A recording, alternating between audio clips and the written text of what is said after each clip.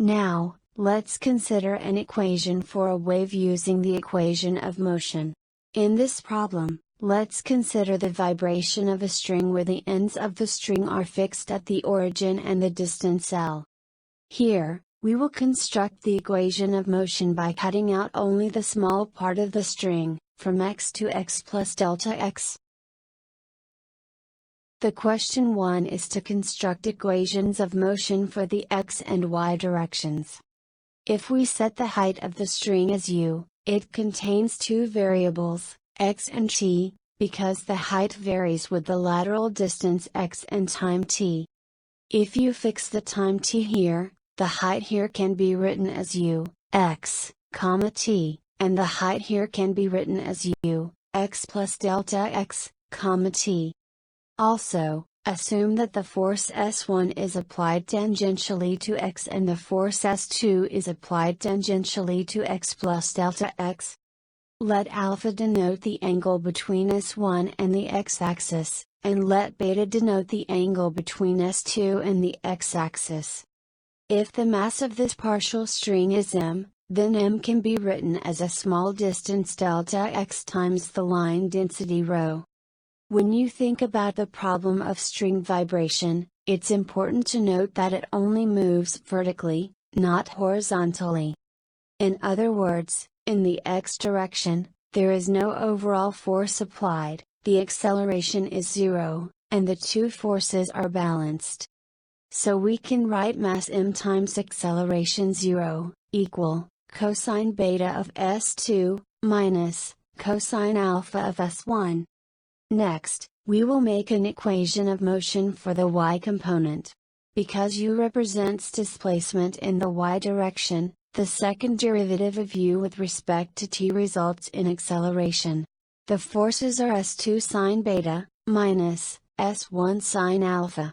Note that u depends on two variables, x and t.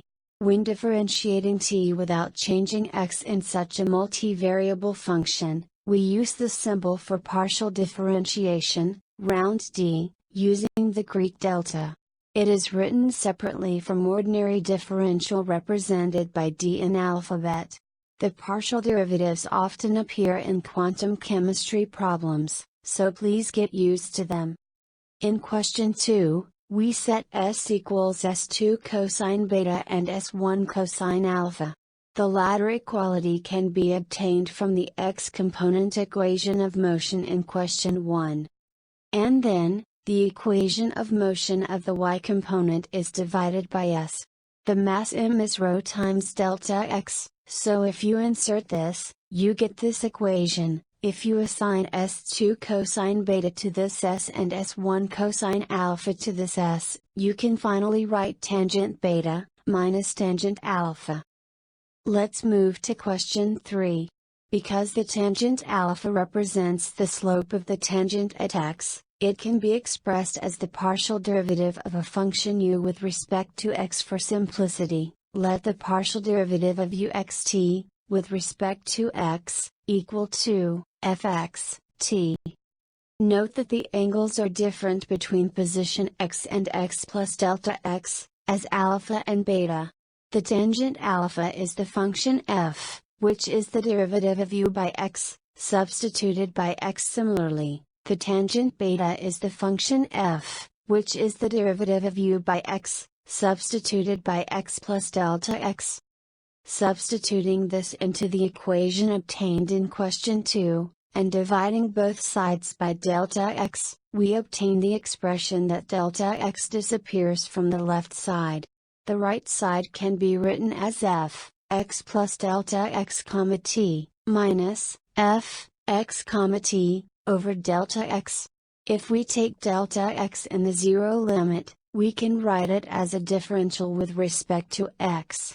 T has not changed, but it exists as a variable, so we need to write it in the form of a partial derivative of x. Because f was the function originally derived from the x partial derivative of u, we end up with an expression that the second partial derivative of u with respect to x. In question 4, we assign the definition of wave velocity, ρ over s equal to 1 over v squared, to the equation obtained in question 3. We obtain this equation. Here we assume that u is the product of the time-dependent function t and the position-dependent function x. We also assume that the time-dependent function t is represented as the a cosine omega t. Assign them to equation 9. The left side is a partial derivative of the a cosine omega t, xx with t. We differentiate only variables of t, and x is considered as a constant. When the a cosine omega t is differentiated twice, it is given a square of omega with a minus sign, and it becomes like this. The right-hand side is the second derivative of x, which is the a cosine omega t, xx. This is also a partial derivative, so as before, think t as a constant and differentiate only x. From the equality of equation 11 and 12, and dividing by the a cosine omega t for the both sides, we obtain an equation only containing the x-dependent function. An equation that contains such differentials is called a differential equation. Finding a function of x that satisfies this relationship is called solving a differential equation. Let's look for x that actually satisfies this differential equation. The point here is that when you differentiate twice, the result is same to the original function multiplied by a negative value. A sine or cosine is a solution because a second derivative produces a negative value. It also applies to functions such as the exponential ikx, which appears in the Euler formula. The condition is satisfied because the square of this x, p is an exponential function that represents the power of e. In fact, if you differentiate it twice, square of I, k appears and the square of the imaginary number I produces negative sign. As you can see, there are many possible solutions to this differential equation, but since the origin of the string has zero displacement, it should be 0 when x is 0. In addition, because the string vibration is a real function, we may choose the function of sine instead of an imaginary one.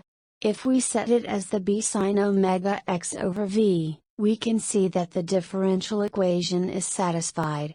Furthermore, using the expressions of e equals f lambda and f equals omega over 2 pi, omega over v is represented as 2 pi over lambda, and finally, x may be written as b sine 2 pi x over lambda.